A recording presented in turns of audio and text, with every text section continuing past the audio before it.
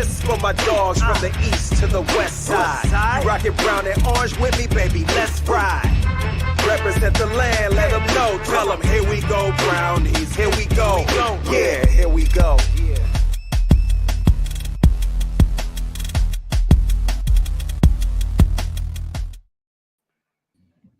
Welcome to the Here We Go Brownies show, live on Wednesday night, live from Cleveland, Ohio. And I'm joined with my good friend, Fan of the Year 2021 Football Hall of Fame fan, Ray Prisby. How the hell you been, brother? Man, I've been great. How about you? You know, complete transparency, I think I needed a mental week from the Browns season. I thought that was kind of nice. That I got a mental break from the Browns season. And it was nice. In the meantime, oh my gosh, our Cavaliers are red hot. They'll be going here at 7:30 tonight, trying to keep that undefeated record. Best team in the NBA. But Ray, you know, we're heading into the Saints this week. A little different, right? Coming off the bye week, going on the road. All my friends want me to go, and I was like, you know, I think Allie might have killed us if we didn't show up to a wedding. I was like, nope. I know it's a good game to go to. I know it'd be a fun game to go to, but we have obligations. So Allie will not be joining us this week or next week as well. She's getting married this Saturday, so congratulations to her and David on their wedding. We'll be down there enjoying that festivity in Columbus. But Ray, you know, what have you been up to? You know, Ray, I think you kind of have an announcement. if people, you know, unless they've been living in a hole and don't follow you on social media, you might have made a big purchase recently. It's kind of funny, but I think, you know, I love it. Did you buy something recently that is Browns related? I did. So the Browns bought a truck back in 2017, and they decked it out in Cleveland Brown gear, decked it out in Cleveland Browns color. And they primarily used it for any special events around the city. They had it at the stadium. They had it. You would see it at the training camp. The vehicle, after 7 years, it only had 9,000 miles. But I think what happened, well, I know what happened. The Browns realized that the truck was too big for their needs. So they went out, they traded it in, and they got a smaller, they downsized is what they did. So a buddy of mine, Brian Hannon, he sent me a message. I woke up, I believe it was last Tuesday, and I seen it. I called him up, went up to see the vehicle, and literally everything just fell into place all in one day. Financed it. Although I did, unfortunately, we did have a little mishap before I even got it off the lot. There was an air conditioning unit on top of the cab part, not the cab part, but the box part of the truck. And neither one of us seen the low hanging power lines. And so when I went, it just literally ripped that whole AC unit right off the top. But you know what? They ordered a new one. No harm, no foul. Hopefully it'll be on by the I'm hoping it's on for the Thursday night game that we have coming up, because a lot of people want me to bring it to this big Brown Steeler party that they're having. So yeah, I got the truck, and then hopefully probably won't see it too much this year because, you know, the winter is getting ready to set in. But come springtime, buddy, car show season. Well, hang on a second. It is going to make an appearance at the first annual Here We Go Brownies Christmas party. That's so right. It'll be down here at the Halley Building, December 14th, guys. If you see that invite on the page, we'd love to see you. Some great food from our friends over at City Barbecue. So we'll go ahead and give them that shout out. Our friends over at City Barbecue will provide in the holiday sample food for that night. So that'll be amazing.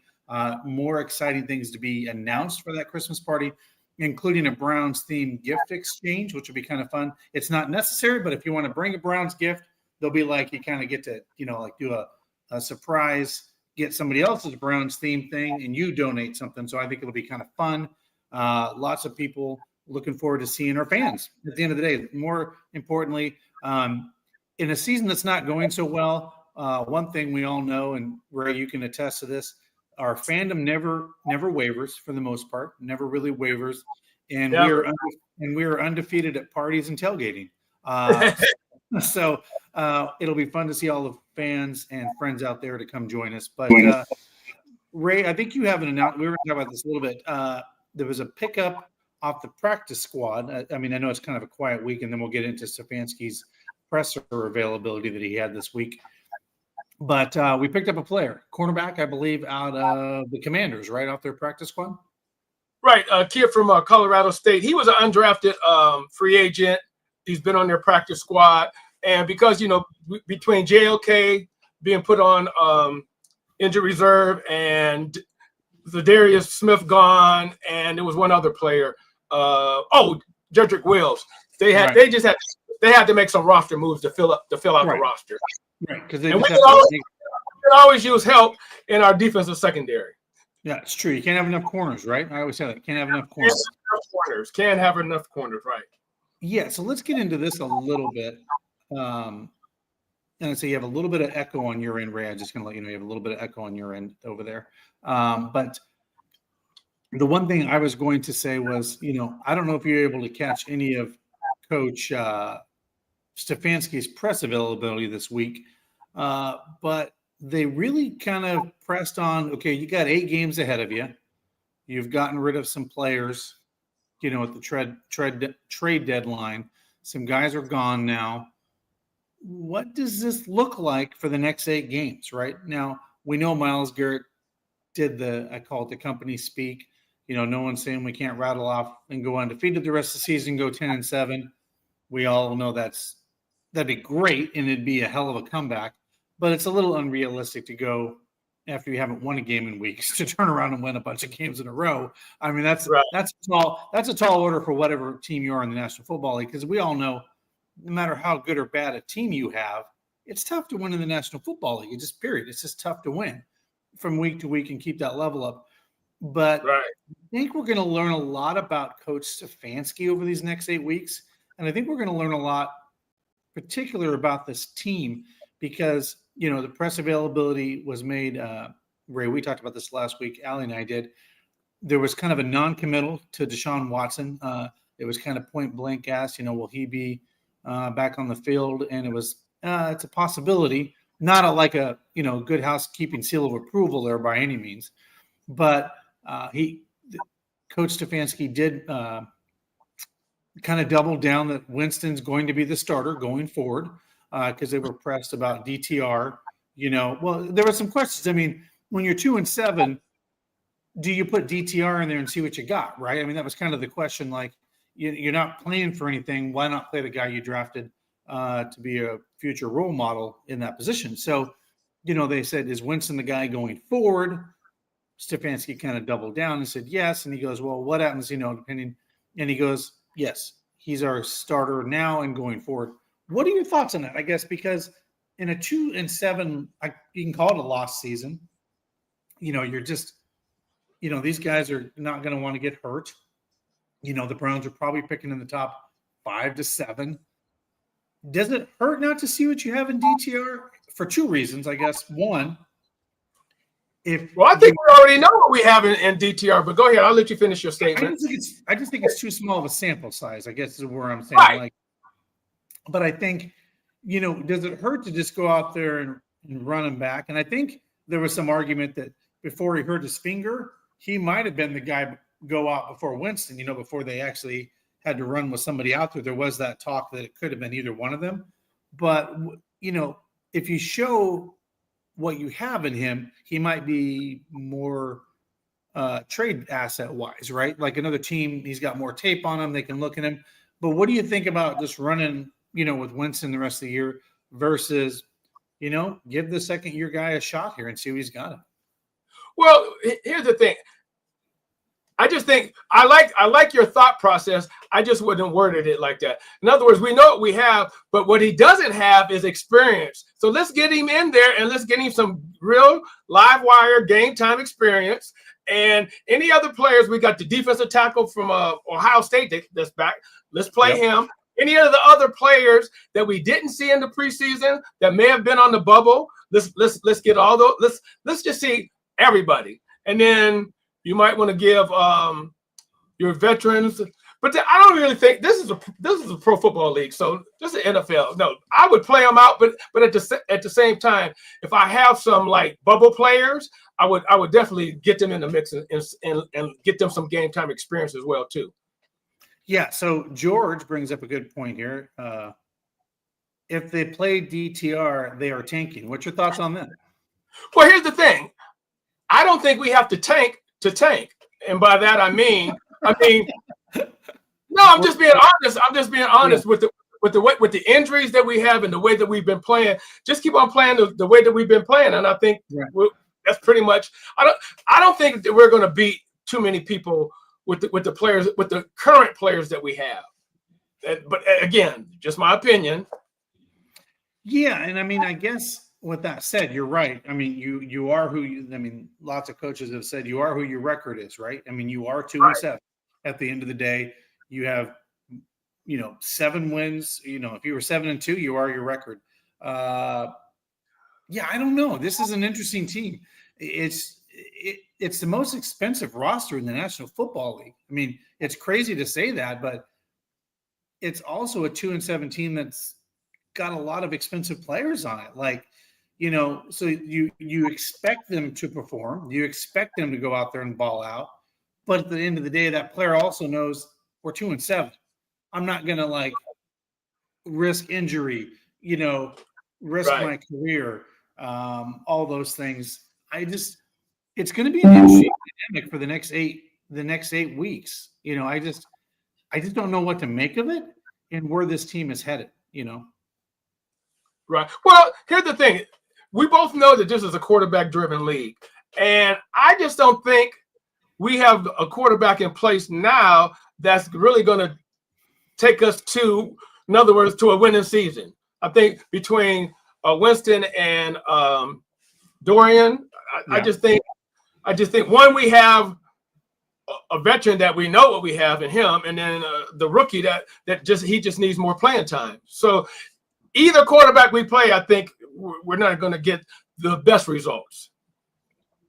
True. So that brings me to my next question. When you look specifically at this roster and you're carrying anywhere from $150 to $170 million cap hit, we all know that great teams have great talent around them with a young quarterback, that can lead them on a rookie deal. We see it with the Commanders, right? And what they're doing up there in Washington. We see what the Steelers are doing on a very cheap Russell Wilson contract now. Do you foresee that behind the scenes in Berea, are they devising a plan where, hey, look, let's go get one of these quarterbacks like Sanders or Ward with the top 5 pick, and we just don't play Deshaun Watson. Like, we literally find a way to trade him where someone will take some of that cap hit along with us, and you have to go after a top 5 pick, because at the end of the day, if we don't do that, my worry is you're going to have to blow this up and start from scratch, because you just have too much talent on this team that you can't. I don't see this city or this fan base having the appetite to roll Deshaun Watson back out there, quite honestly, if he's healthy once the season starts. I mean, once he's available to play again. I mean, and the fact that Andrew Berry said that it was not a commitment by any means in that press conference. So I'm just curious what your thoughts are on that. But here's the thing. He doesn't have to commit, because what? Deshaun has a guaranteed contract. So nobody's going to pick it up. Nobody's going to help us. They were pissed when we made that I don't want to call it a ridiculous deal, because I, for one, liked it at the time. But no, nobody's going to help us. So here's the in my mind, this is the perfect scenario. Pittsburgh has 2 quarterbacks. They have a young Justin Fields and they have Russell Wilson. They're not keeping both of them. So I would really be watching because we're gonna need a starter at the beginning of next year because Watson's not gonna be ready at the very least I would even say game 8 at the halfway mark next year. Well, that brings into the comment that a lot of people said you have insurance policies on these players with big contracts, right? So I think we get a 20 million, 24 million insurance policy if he's not able to go next year. So then that carves a little bit off the top. But I mean, do you think it makes sense for the Cleveland Browns? I mean, well, here's what I'm saying, and hear me out on this theory. Is there a team out there, let's just put this hypothetical, that would be willing, say the Browns eat $100 million in cap space? We all know the Denver Broncos ate $80 million, right? Or whatever that number was when they traded off Russell Wilson to Pittsburgh. Big amount. And we know the cap goes up.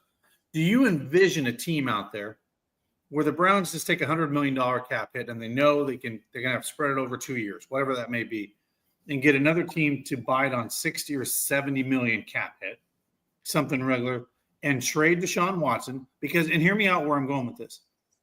A lot of people, and I will not name this Browns alumni that I had a very interesting conversation about this. He was of the belief, don't tell me there isn't another team out there that we could say it's not a Deshaun Watson problem. It's a Cleveland Browns problem, to where they will actually maybe bite off a chunk of that, cap hit, and you send him and a pick or whatever that may look like to that team, because, by the way, the offensive line was in shambles. I mean, we can say Deshaun Watson got sacked 6 times, in a game. Well, then Winston turned around and got sacked 6 times. Well, that's the offensive line, right? So my point being, he was like, don't be surprised if there's not another team that goes, no, we can fix that. Ship them to us, and we'll take a chunk of that, and you got to deal with the rest of the dead money. What are your thoughts on that? Because I don't think that's beyond the realm of possibility. I think there's a handful of teams out there that would be like, no, we're desperate for a quarterback. I think I have the quarterback coach, offensive coordinator, scheme, and guy in place to make him successful in the league. Thoughts on that? Well, okay, I can't think of his name, but you'll probably remember. But we did something like that with Houston. We took their quarterback and that big cap hit. Yeah. What was his name? Wasn't it Osweiler? We made this trade. Right. And then they sent us, for us taking the big cap hit, they sent us a second round pick. Correct. So if Barry and Andrew Barry is a very creative GM. So that, I don't know next year, but the following year, that could definitely happen. I think the cap hit might be just a little bit too big to happen next year, but the following year, I think it definitely could happen. But at the same time, because all it takes is 2 creative GMs to sit down and say, hey, listen, we can make this work. And I could see if Andrew Barry gets the word that, hey, let's move him at no cost, no matter what, I can see somewhat of a scenario like that playing out. I absolutely can. Yeah, because I do think there are enough teams out there that would say, we can fix this guy. I wholeheartedly believe that. You know what I mean? But let me interject one thing, though. They can fix him on the field, but can they fix the off the field stuff? Because I think that problem is just as big as the on the field, and I think they kind of go hand in hand. I agree with that. So that's the other thing. Can they fix the public image and fix him on the field as well too? I think that's you're going to have to find a team that's willing to do that. Yeah. So, good point. Hey, quick shout out to our friends down at Hartville Marketplace and Flea Market down there in Hartville, Ohio. Guys, they have the Winter Wonderfest coming up this winter, by the way. Always a great place to go down there and check out Primetime Sports, all the great stores they have there, the restaurant, and, of course, the wonderful, amazing lumber and amazing store they have down there where you can get all that different equipment that you want for your yard and everything, your light fixtures, all that wonderful stuff at that place down there in Hartville. It is amazing. I love going down there. I spent a couple weeks ago down there, but it's an amazing place, Hartville Marketplace and Flea Market. And of course, they have the hardware and all that store down there. But yeah, it was great to be down there and see our good friend of the program, Joe Thomas, was down there doing all things that he does great.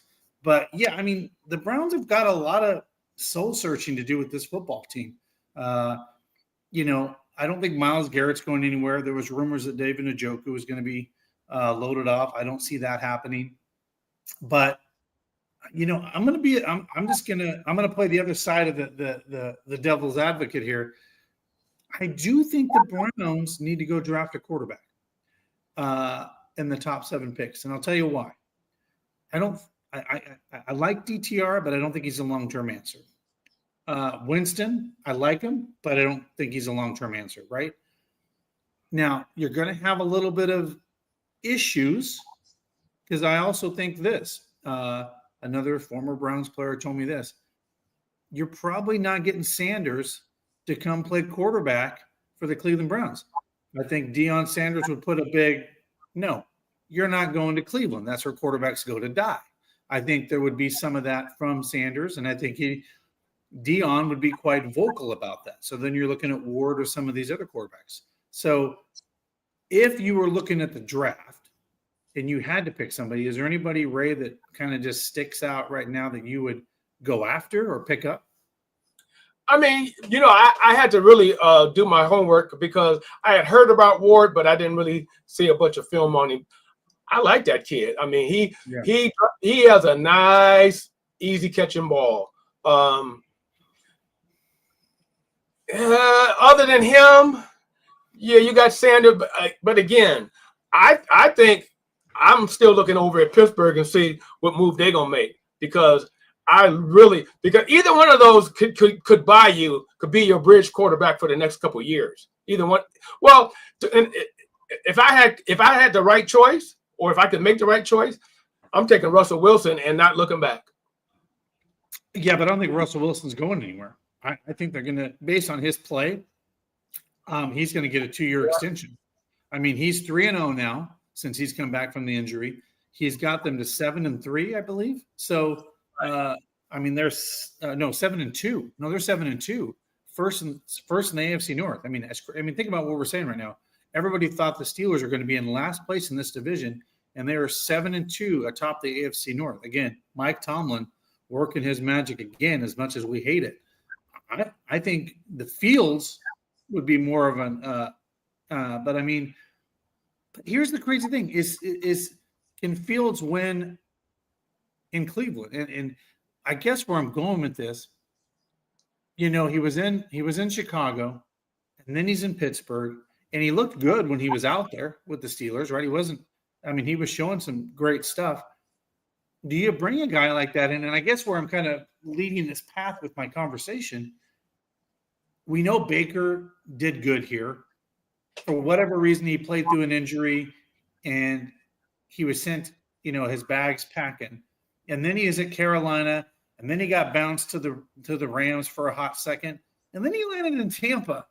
And all of a sudden, he looks like a very good quarterback. I'm not going to say he's elite, but all of a sudden he's a very manageable quarterback. And up till a couple of weeks ago, he had the most passing touchdowns in the league. So I guess, does it sometimes take a guy going through the mill a little bit, like a Fields, and then finding a home that he could be comfortable in Stefanski's system or something like that? I'm just curious. How do you feel about a guy like something like that? Well, here's the thing. I have a better example than that. Sam Darnold. Dude was all but done in football, and like you just said, he went to the right team, and look at him now. Yeah, it's a good point. I mean, he looks like a Pro Bowler. Yeah, he looks right. Like a Pro Bowler. So, but the question I was going to ask you though is, do you think Justin Fields is better than anything that's coming out, any of the college quarterbacks that's coming out this year?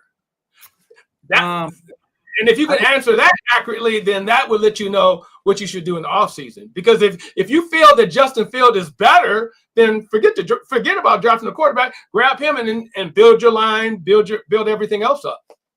Yeah, I mean, here's the thing. Again, you're setting on a huge contract, right? I mean, that's like the 800-pound elephant. Yeah, I mean, do I take a flyer on a guy like maybe Justin Fields, and then maybe I'm going to make a biased statement here. Yes, I am. But hold up, I just thought of something though. Justin Fields is on. So in other words, whoever signs him, he's looking for the big check now, because this was the last year of his rookie contract. I don't think he's going to get it though. I don't. No, I'm just saying you're going to have to give him more than like a league minimum or whatever. So it might not with Deshaun's contract and then him wanting. I don't know what the numbers are going to look like. Maybe a $20 million 2-year deal. I don't know, but I'm just saying how many. I mean, I guess where I'm going with this. Are you better off having a serviceable quarterback? And when I mean a guy that moves the chains, gets you touchdowns, doesn't turn the ball over. He doesn't have to be flashy, right? And I'm going to be biased in my statement here. And then you go after a guy like Ashton Jeanty, a once-in-a-generational type of running back, and then you put that back there with Nick Chubb, because I love Nick Chubb, but I don't think Nick Chubb has 3 to 5 years left in him, right? I mean, he's probably got 2 or 3, left in the tank. And then, and I will tell you, the best days that I loved watching the Browns was a Nick Chubb, Kareem Hunt 1-2 punch that just put teams away, because it's boom and boom. And they just wore down defenses. And we watched that third into the fourth quarter. Teams didn't have an answer because it looked like they were getting stronger as the game. I mean, is that a better move for the Browns to go get a once-in-a-generational type of running back and just kind of have a bridge quarterback going into next year? Because again, let me just, before you jump in, clearly the Browns aren't blowing things up. Because if they were blowing things up, they would have been answering 20 calls at the trade deadline. Agree? And they would have been boom, boom. Stuff would have been out the door. And I think they knew that this city didn't have the appetite for a total reboot again and rebuild. It's more like a retool, right? Let's build and piece together and try to make another run, if not next year, the year after. But go ahead. Go ahead. You kept talking and my mind went somewhere else. But no, I'm sorry, I remember. So let me ask you this. So the Gentry, what round do you think we can get him in? Because I wouldn't want to give up a first round pick, but if we could get him in the second, but something tells me if he's a once in a lifetime generational running back, something tells me he's going to go in the first. And the thing is, you take him in the first round, and we still haven't rebuilt that offensive line. So once in a generation, he's going to get killed. That's true. Yeah. Well, again, player to be named that I was talking to, he said, alumni, he goes, if I was the Browns, I'd go get the best offensive lineman out there with my first pick. And I'm not mad at that either. Right. And then if you are really that clever guy in the draft, like we know Andrew Berry is, you then start maybe trading up to get a running back, into the first round and really starting to get manipulative with the draft. Because, look, Smith we got a draft pick for him and all those things. And all of a sudden you can start bundling a bunch of picks and you can be aggressive. We know that Andrew Berry is really good at that. And we have a lot of draft capital coming up in this draft too. So It's going to be it will definitely be interesting to watch. Guys, our friends over at True Fan Travel, right? True Fan Travel. If you haven't checked them out, go check them out at truefantravel.com. All of our friends from Cleveland will be heading down on that charter flight to New Orleans this Friday to head down and take in the Big Easy. That's right, New Orleans. By the way, look for upcoming trips with True Fan Travel. They have other destination trips if you're not a Browns fan and some other cool stuff. But go check them out at truefantravel.com, an official partner of the Cleveland Browns and an official partner of the Here We Go Browns. So, yeah, there's a lot going on. And it's just been a very interesting time to be a Browns fan. It's tough to be a Browns fan. But I didn't see the season going 2-7. I didn't. And yeah, none of us did. What's that? I said none of us did. I don't think none of us saw this coming, but my biggest concern as we go into the season, I don't want this team to become corrosive and for Stefanski to lose a locker room. So, I mean, I think as the season goes on, I don't know. It's just going to be interesting because, I mean, when you come back from this bye week, you're out some of your best players, JOK, right? We know that. You're kind of, quarterback on defense. You don't have Smith on that side, Obo and some of those, those other guys will fill in over there and stuff, but it's going to be a different team going out there. I just got to wonder if you're a player, what kind of mentalness you go into a team, that's 2-7. Like, what kind of mentality do you have going down the stretch? So I have a question for you. So let's just say, for the sake of argument, that we finished 2-whatever. What would that be? 2-15? Right. We'd probably have the first pick, if not the second. Right. Okay. So if we finish 2-15, in your mind, does Stefanski survive and still coach, or do we look elsewhere and get somebody else? What are your thoughts on that, Dustin? Great question. So I believe, like Deshaun Watson, I believe Kevin Stefanski has a guaranteed contract. And he just re-upped it this year for, I think, a 2-year extension, if not 3. No such thing as a coach's guaranteed contract. But go ahead. But I'm saying no guaranteed money. Like, if he's fired, he still gets some money. Oh, that always happens. Yeah, anytime a coach gets fired, he gets his money. So that's nothing new. I'm talking into the future, like basically sitting on that pile of money. Right. But here's the problem. I think Stefanski, if he got fired, would find a job tomorrow in the National Football League, because I think you're going to see. I don't think McCarthy makes it in Dallas. I think he's a done deal after the season. We've already seen the Saints head coach was fired. I don't know if the Raiders coach survives. I mean, there's a lot of question marks out there. Probably a half dozen coaches' jobs come open. And I just think, being 2-time offensive coach of the year, Stefanski would get another job and run his offense and probably be successful somewhere else. So I think the Browns, if they go 2-15, 4 whatever that record is, I think he survives. I also think Andrew Berry survives, because the one thing this organization has done up till recently done a bad job of is they just had turnover. And then it's just like a total reboot. Now, I don't know about some people like Paul D. Podesta. I mean, I don't know. I mean, if there's people above in the food chain that survive this type of thing based on, but here's the thing that we don't know, right? And I don't know if we'll ever know as a fan base. Was it an equal all in from Stefanski, Andrew Berry, and Jimmy Haslam to go after Deshaun Watson? Or was it Jimmy Haslam, Andrew Berry, Paul D. Podesta, and that entire group all in, and Stefanski was basically told, we're going to move on from Baker Mayfield and we're going to go be aggressive or trying to find another quarterback?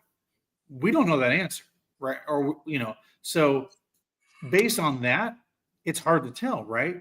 Because I know it wasn't Stefanski saying, hey, by the way, guys, I'm going to risk my coaching career, and I think we should go after Deshaun Watson, and I'm going to get you guys to buy into it. I don't think that was the case. I can at least think that outlier was not the case.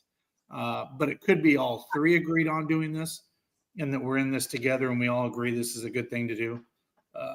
So I think they survive no matter what, Ray, to be quite transparent with you. I think they're going to all survive, no matter what the record is. Well, here's the thing that was somewhat telling for me.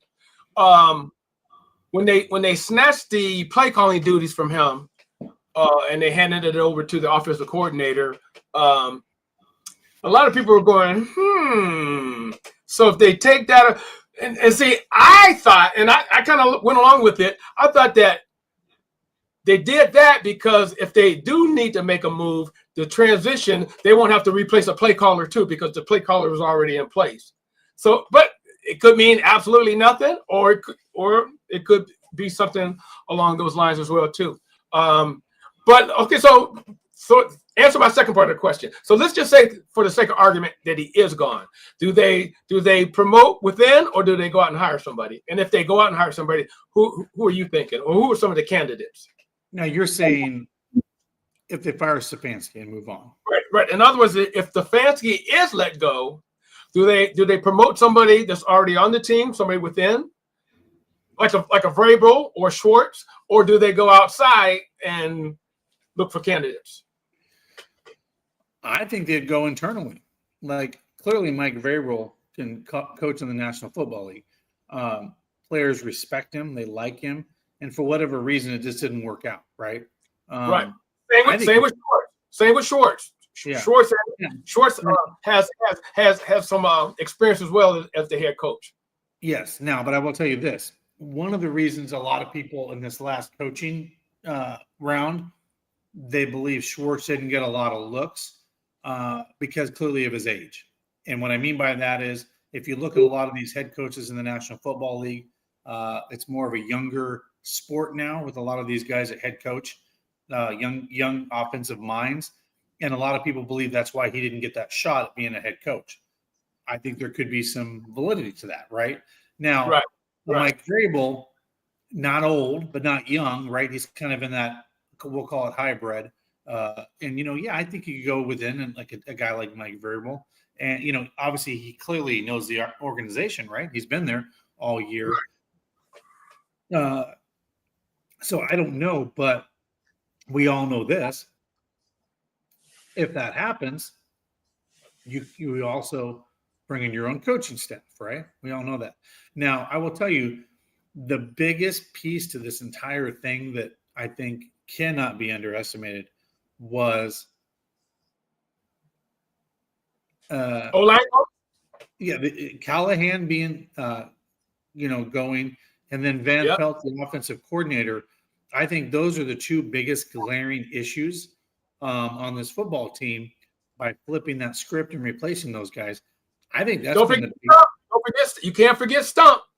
Yeah, and Stump, right? I mean, you take out those three coaches. That's a lot of continuity just out the door. A lot. And Callahan, there's no better person in the NFL, right?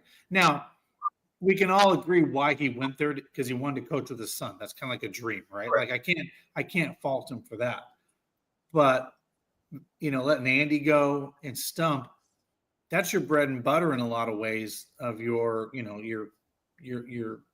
coaches, right? On that offensive side of the ball. So, yeah, I don't love it. I also didn't understand the Dorsey hire, to be quite frank and transparent. And I was getting ready to bring that up. And then you bring in a whole new playbook that everybody. So, yeah. Well, and you know what? Call me biased, but I don't know if you remember this, but the former Boise State quarterback Kellen Moore was interviewed this last winter for the offensive coordinator job for the Browns. They brought him in. I mean, they brought in Kellen Moore along with other candidates, and Kellen Moore ended up getting the offensive coordinator job at the Eagles. Last time I checked, the Eagles are doing pretty good, So I'm just saying, sometimes, I don't know, like, we don't like to look back and say wrong guy, wrong place, but Kellen Moore has been successful in Dallas. He had a brief stint with the Chargers down there, but of course, Harbaugh came in and he was going to bring in his own staff. That was obvious, right? And his guys. So obviously, but here's the thing. Kellen Moore didn't have to look for a job very long. It's pretty quick. He became an offensive coordinator again in the NFL because he's smart, he's young, he's talented, he's innovative in that space. I don't know. I just feel like they've missed on some of these. I mean, because at the end of the day, we can all say, Stefanski's been pretty good at, not losing the locker room, creating a different culture, bringing a winning attitude. And he wasn't afraid to fire Wood and bring in Schwartz. He wasn't afraid to do that. But I think there's been some misses on some of these other assistant coaches. I just think there's been some misses that, unfortunately, we're reaping and sowing that now as an organization. Thoughts on that? Yeah. Well, yeah. I mean, it all comes down to continuity. What I mean, and we've talked about that at length. When you make switches like that, and we had like wholesale switches last year, you would have thought that in the preseason they would have tried to work a lot of that out, and we just didn't see that. We seen all the veterans sitting. We seen all the rookies and players that were probably going to be bagging groceries within a couple of weeks. We seen all of them playing. So then when the season starts, it's the start of the season was our preseason because we got no continuity and we didn't work anything out in the preseason. But that, again, my opinion. Yeah, and it's just frustrating. I mean, in general, I mean, we could go on and on. It is. Real quick shout out to our friends over at 5 Iron Golf right here on Euclid Avenue in downtown Cleveland. Great place to take family, friends, events. If you use the code Brownie40, that's right, code Brownie40, you can get 40% off any hourly rentals. That's right, hourly rentals, 40% off. And guess what? Wednesday nights is ladies' night. That's right. If you go into 5 Iron Golf between the hours of 5 and 8 and you're a female, go in and get golf for free. That's right. Free golf at 5 Iron Golf right here in downtown Cleveland. Ray, did you watch any football this last Sunday with no Browns on? Or did you just take a mental break like a lot of other fans did? No, I actually watched I have the NFL package, and they have that red zone where you get all the games. They're just, oh man, that's when the Browns aren't playing. That's great because you don't care if it's jumping back and forth. And it's action like all 8 hours because you catch the early games, the middle games, and then you catch the late games. So yeah, I did the red zone. I did the NFL red zone on Sunday. And it was a lot of good games too. A lot of good games. Yeah. Couple more shout outs to our friends over at Stadium Mustard. If you don't have it in your house, you're doing it wrong. That's right. The beloved Stadium Mustard served at ballparks, backyards, and everywhere in between. StadiumMustard.com to go get that wonderful mustard that is served every single Sunday at Cleveland Browns Stadium. Another shout out we'd like to give is to Believeland Power Washing and also Believeland, that's right, Believeland Landscaping. They actually do snow removal as well. So if you need any of that power washing on your house, driveway, any of those wonderful things, go check them out. And also, this Friday will be our final tally to have somebody win that $500 value of a power wash for your driveway in your house. Man, who wouldn't like that? Yeah, so let's talk. We got a few minutes here. Let's talk some Cavs. How about those Cavaliers? I mean, we got to talk about these guys. I mean, just give me your opinion real quick, and I'm going to get a score update for our friends out there. Well, the fact, actually, that's the reference that I wanted to use. Basically, same team. All they did was change the coach. The exact same team. Change the coach. They look like world beaters now. Well, we had one player come back from injury last year, but other than that, right. Yeah, right. But yeah, basically the same team. And that Golden State game, oh my good, they lit them up. Right. To be honest with you, they've been lighting everybody up. Yeah, and as I say, they are down 6-2 right now, 9:44, but we know that's early in the game, and there's a lot of basketball we need to be played.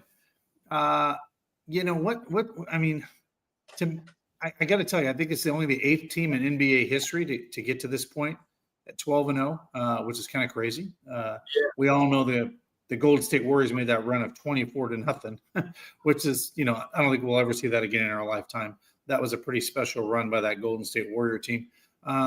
But yeah, let's, what's your thoughts on this Cavaliers team?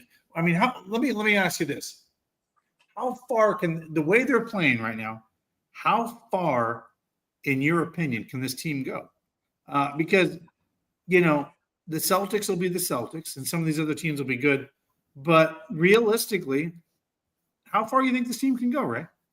Well, here's the thing. If we would have gotten Spider this year, then I would be like, even though we have a great coach now, But see, Spider has continuity with these guys, and again, fresh new playbook. So Yep. I think the only thing that's really going to beat them is themselves and injuries. Really, I mean, they look that good, and they have a very deep bench too. Yeah, they do. I'm excited. I've been to a game yet. I've been to one game this year. I'm looking forward to maybe going to another game Friday night. Have you been to a game? Have you seen them yet this year, Ray? Not yet. But they have so many games. I'm sure I'll catch a couple. Yeah. The problem with them winning, them tickets don't come down in price. That's the problem. Maybe we might need them to go on a 3-game losing streak and let the tickets come down, and then I'll grab a couple and let them go back up. Ray, you've never struck me as somebody that's cheap. And frugal is the word. Frugal, not cheap. Frugal. And you're retired. You're living the good life. I mean, you're loaded. No, living the good life. You're loaded, Ray. You're loaded. Yeah. No, Ray. We know that's an inside joke. We love it. Exactly. But yeah, let's talk a little bit more about this weekend. Any matchups you specifically are looking to watch this weekend? We got Ray, you brought up a really good point. There's a lot going on this weekend. There's a fight going on. And I know this is a Browns podcast, but a lot of people are making a lot of this 58-year-old Mike Tyson going up against 28-year-old Paul. I mean, what do you make of this? And I got an opinion what's going to happen, but I'm just curious. Everybody's talking about this, even people that are Browns fans and watching this. I'm just curious, what's your opinion of this fight? And I know you and I are going to be down in Columbus. We got to find a TV somewhere or a sports bar that's going to have this on, because this is made for TV. I'm just curious. Well, hey, first of all, it's entertainment. That's number one. And number two, a great wise man once said there's a sucker born every minute. I believe that was W.C. Fields. I mean, come on, a 58-year-old, 28-year-old. Now, don't get me wrong. I wouldn't want to catch Mike Tyson in a one dark alley on a late night. But at the same time, let's put it like this. I think if Tyson gets him in the first 2 to 3 rounds, it'll be quick. Anything past that, he's gonna get tired. But again, it's gonna be entertaining. Whoever wins, who knows, and really, who cares? Because think about this for a second, though. The Paul guy, if he beats him, oh well, you were supposed to beat him, and if he loses, you got beat up by. I wouldn't want to be him. I would not want to be that dude.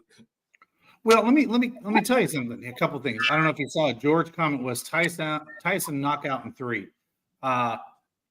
Cleveland Quarter. I don't know. Yeah, you met Cleveland Quarter, the guy that is now the Boise Browns backers chapter president. You met him when he was up there. He's a 2-time U.S. boxing world champion. And I asked him, "Have you ever had the opportunity to meet Mike Tyson? You were in the boxing, in your weight. You guys were talking weight class and everything that he won his world championships in." And you know what he told me? He said, "You know what made Mike Tyson just better than everybody was his quickness, and the fact that he would just blah, blah, blah, blah, blah, and how he could just lay into an opponent and have you done before you could think." And I realized 58 it's not young, but it's certainly not old in my opinion. I think 58 is still young in today's age in a lot of ways. I just think he's going to take him to the woodshed. I think Mike Tyson's going to take him to the woodshed. I really do. I think he's going to lay into him, and it's going to be done. I think it could be one of those where you mess with the wrong guy. You know what I mean? Like, to me, like Mike Tyson, have you ever heard this term old man strength? Like, take old man strength with Mike Tyson times 100. Oh, yes, I have heard. Mine's already kicked in, but go ahead. But you've heard people say that, like, man, he's got old man strength, like, right? Right. Like an old guy punches you, and you're like, how the hell did he punch you like that, right? Like, where do you get that strength? It's that old man strength, right? Like, he's solid, right? Right. But that was his signature. Mike Tyson was all about power. What he would come to the body and then come up to the head. Man, oh, I see it. I see it coming. Yeah. I can already see it coming. Hey, body shot. Hey, Ray, body shot. Hey, Ray, our good friend Pete from across the pond is asking, tell us more about this new truck, Ray. It looks like maybe Pete came in a little late. Tell people a little bit more about this truck, Ray. And obviously people will be able to see that December 14th at our Christmas party. But Ray, tell Pete a little bit more about this truck. Oh, I have a feeling we're going to get a picture here from Ray, maybe. No, what I do.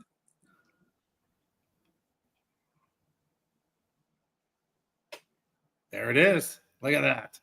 Look at that. Oh, that's your video of actually. That's the video. Look at that. That's pretty cool. Ray, I mean, I got to tell you, what I'm excited about with your new truck, it's we've always talked about this, but the dream is to build the permanent. Mobile museum. Well, no, I mean, the mobile museum is first. Permanent right. brick and mortar museum is second. The second Correct. one.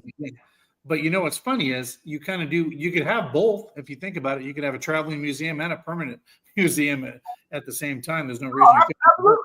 Yeah. The Hall of Fame does it. They always well, obviously they have Canton, but then they always have a vehicle. I mean, they always have that traveling one that, matter of fact, it's out right now. So yeah, absolutely. Hey guys, a couple more shout outs from some of our sponsors. Lady Caroline, guys, if you haven't booked a trip or looked into booking a trip on the great Lady Caroline that takes out of right here on that Cuyahoga River in Cleveland, it's fun. I've been on it a couple of times. They have great lunch cruises, great dinner cruises, great theme cruises. If you're a business and you're looking to maybe do something fun for your employees and do like a fun charter, they do those kind of things. And guys, if that doesn't make your day, how about check out the Greater Cleveland Aquarium? That's right, guys. They have that amazing shark tank, which is super fun to walk through and do all those wonderful things. But check them out. They got a bunch of different exhibits through there, many different parts of the world that you can check in and all those different things, which that's what I like about them, is they have all the wonderful different exhibits that you can definitely do as you go about all that wonderful stuff. So that's one of the things I like so much. And then, lastly, let's give a shout out to our friends over at City Barbecue. That's right. They're going to be officially doing some wonderful food for us over at that Christmas party, December 14th. Look for that invitation on our page, December 14th at 7 p.m. And there might be a surprise guest. That's right. Can't tell you now because it's not confirmed yet, but surprise guest or guest may be appearing at that Christmas party. And if that's the case, it's going to be one hell of a Christmas party because that'll be a lot of fun with that coming up. So, Ray, as we're getting kind of closing here, any final thoughts as we go around the league mid-season, what you're looking? I mean, we do this as Browns fans. Unfortunately, this is just the way we kind of operate when we know this. I will tell you, I didn't watch any NFL football when the Browns moved to Baltimore. I checked out because I was that big of a Browns fan. I just didn't watch NFL. I would casually watch, but I kind of checked out. Anything you're looking at, I think Larry is still on the show here, and we got to give him a quick shout out here as well. But Lorello Vineyards, by the way, if you haven't had a chance to go out and check them out, that's right, Lorello Vineyards out in Geneva, Ohio. Great place to go take your family, friends, food. They have amazing flatbread pizzas out there. The Here We Go Brownies wine makes a great gift for Christmas, or any of the other wines, the ice wine, the rosés, all the different wines they have. It's a great place to go.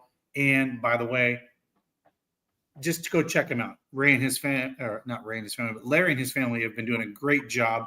You're kind of like family. You've been there a lot, right? You're kind of like family now. But go check them out. And speaking of Larry and his wonderful winery with his family, 100% hope, zero expectations. Just enjoy the ride. And that means the tailgate, baby. So, Ray, that's a great question. Are you coming up next Thursday we got Thursday night football next week here in Cleveland. What's your thoughts on that? We talk about this as Browns fans, then we'll, we got a few more minutes left in the show here, but we know this. The Browns can win 4 games a year, but if you beat the Steelers twice, you keep your job in Cleveland as a head coach. So we beat the Ravens. So you got that going for you, Stefanski. You beat the Ravens already. Are you coming up to the Thursday night football against Steelers? And what are you looking for in that game? Because again, sometimes teams, good or bad, or however their roster is, rivalries, you can kind of just throw that out the window, right? When it's a rivalry game, because both teams are going to play, because they don't want, if you talk to any Browns player, current or former, they always say, yeah, we had one thing when we got here. They said, just make sure you kick the Steelers' ass every year. So what are your thoughts? Well, okay, so your first question, am I coming up? See, I'm not sure yet, because I was scheduled to go to a Brown Steeler party down here, and they do a gigantic Brown Steeler party every year. Well, you're in a weird spot. You're on that where half the town Steelers. Right. Browns. Well, and these people are Browns fans, but when they have this party, it's really half and half. It's low, and it's no mess or anything, nothing weird. Everybody gets along, but it's a great rivalry game. They have DJs, they have food. So I'm probably going to go to that.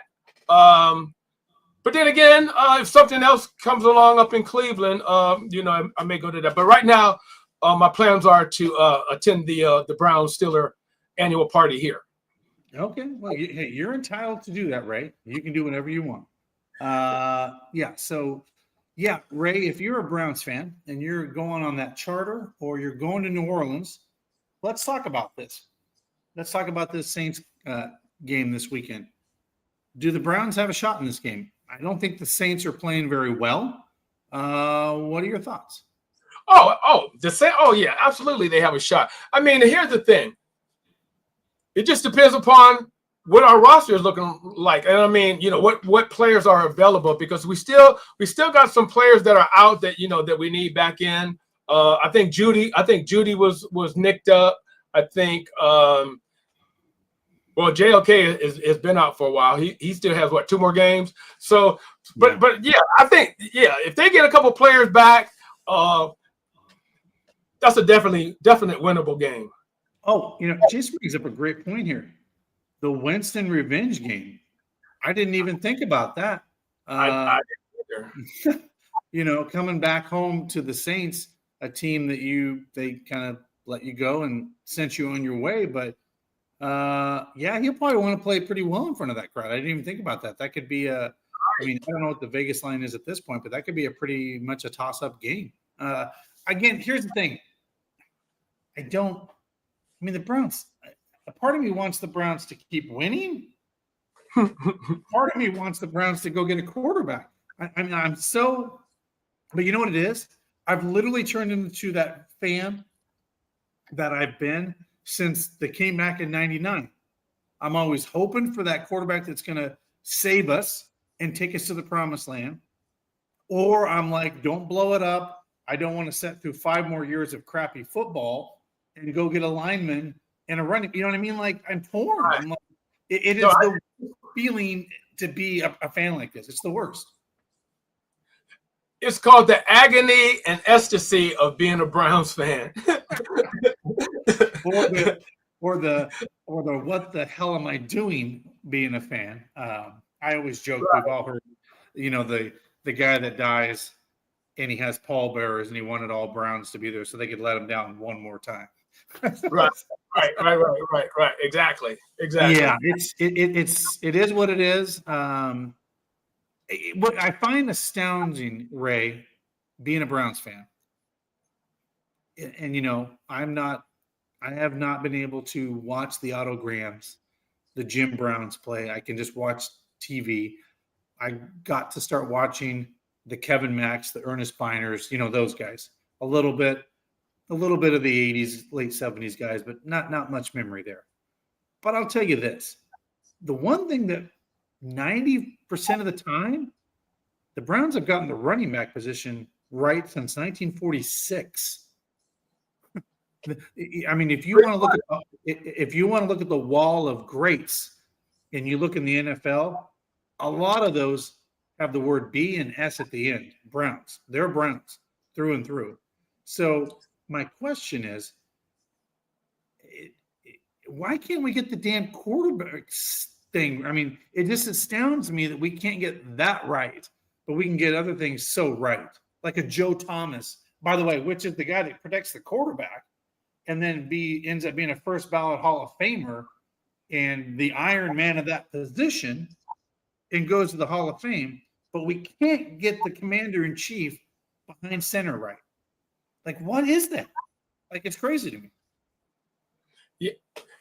And frustrating and aggravating. So yeah, all of the above. I just think it's at some point, we'll because I think finally we have the right people. And I know I'm going to get a lot of pushback, but I think we have the right people in the back office. And here's the thing about the whole Deshaun in a nutshell. If the Browns didn't do anything that year, then we're crying. Well, they're not doing it free agency, all these. But so they go out and they try to get the ultimate, and it didn't work. But at least they tried. Yeah. So they should at least get an E for effort. Well, and look at this. We know this, and I've told people this. If you look at the quarterback position now, the guaranteed money is the only bad part, right?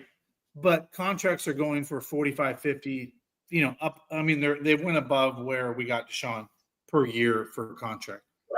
Right. The problem that we now are faced with is, what do we do in the future? But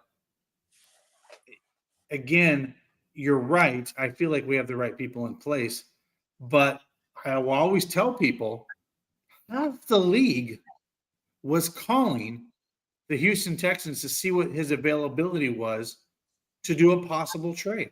That was very well known. So as much as we cry wolf in Cleveland and say we can't get the quarterback position right, if half the league is calling for a guy, right? Yeah. That tells you it's hard to get it right in the NFL and find the guy that can lead your team. And we see it every year. And I'm saying this next year when we get to the draft. Look, we got a problem here. 4 guys get drafted in the first round, second round. You know how many of those pan out typically, Ray? 1. One out of those 4 quarterbacks that are picked, 1 usually ends up rising to the top. The other 3 end up being backups or out of the league within a few years. And guess what? But they came with so much fanfare, so much hype. They're the next greatest thing. They're going to fix everything. They're going to be the best quarterback. But unless it's a really deep, rich quarterback class, there's usually only one guy, that really makes it. And so if you're one of those 3 or 4 teams every year that needs one, 3 of you are going to miss. One of you is going to hit. And, so that's, to me, one of the most challenging things as the Browns look into the future. Do we go get a quarterback? Okay. We can, but we could miss again. Literally miss again. Here's the other problem, though, too. There's no quarterback development no more. When you come in, they expect you to be NFL ready. Look, Baker, let's just go with Baker's year. Baker came out, Goff came out, Donald came out, Lamar came out. Lamar was probably the only one, and the only reason he was getting ready because Baltimore was smart enough they went and got his playbook down in whatever college, Louisville, and they ran. It's like, listen, we're going to do the best we can to make it work for you. Jeff Goff didn't work at the first stop. Look at him now. Looks like $1 million. Sam Darnold didn't work out at first. $1 million.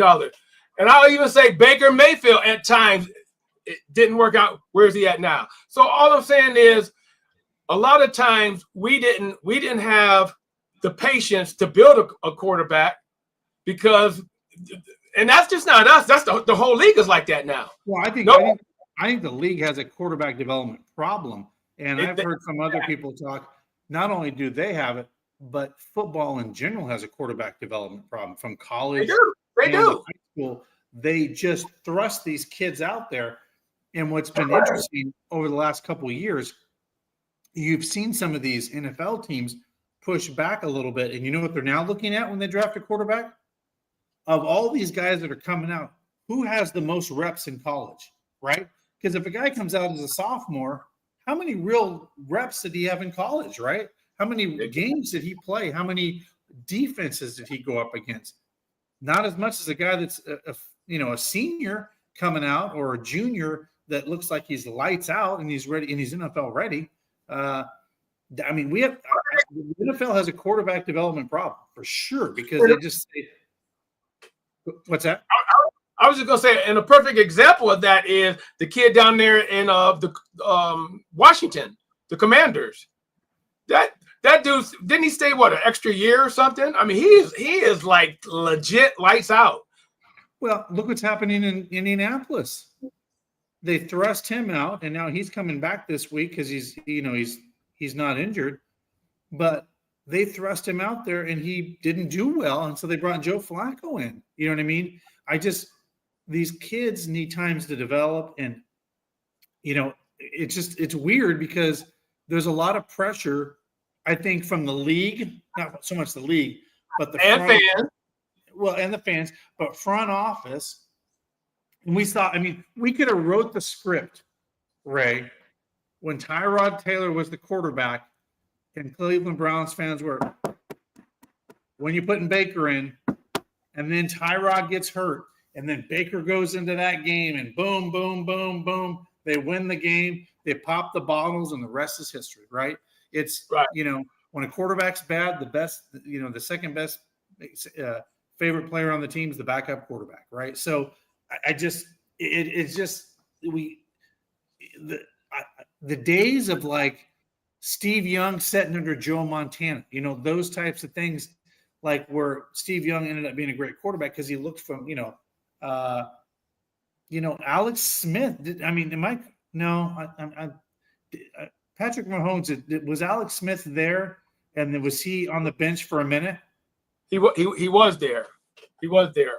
And they didn't start him right away, right? Am I correct on that? No, but eventually he did get in though. But you know who's doing it right this year though? Atlanta Falcons. They spent that money on Kirk Cousins, and then they drafted the kid in the first round, and the fans were like, "What are you doing?" And I'm like, "They're doing it because you got a seasoned veteran like Kirk Cousins. They didn't come in and let the kid sit down. Come on, everybody has seen what happened with Brett Favre and Aaron Rodgers. Come on, it works. If a quarterback is set for a couple of years behind a really good quarterback, 9 times out of 10, you're going to have a good quarterback coming up behind you." Yeah, it's a good point. Great point. Well, look at that, Ray. We went over tonight, just chatting it away. Well, guys, thanks for joining us. We might have a surprise guest next week. We'll let you know. But Allie will be back the week after next. She's getting married this weekend, so everybody give her a lot of congratulations and stuff like that, because next time you see Allie on the show, she'll be married. So. Yeah. All right, guys. Well, stay safe, and as always, go Browns. Go Browns.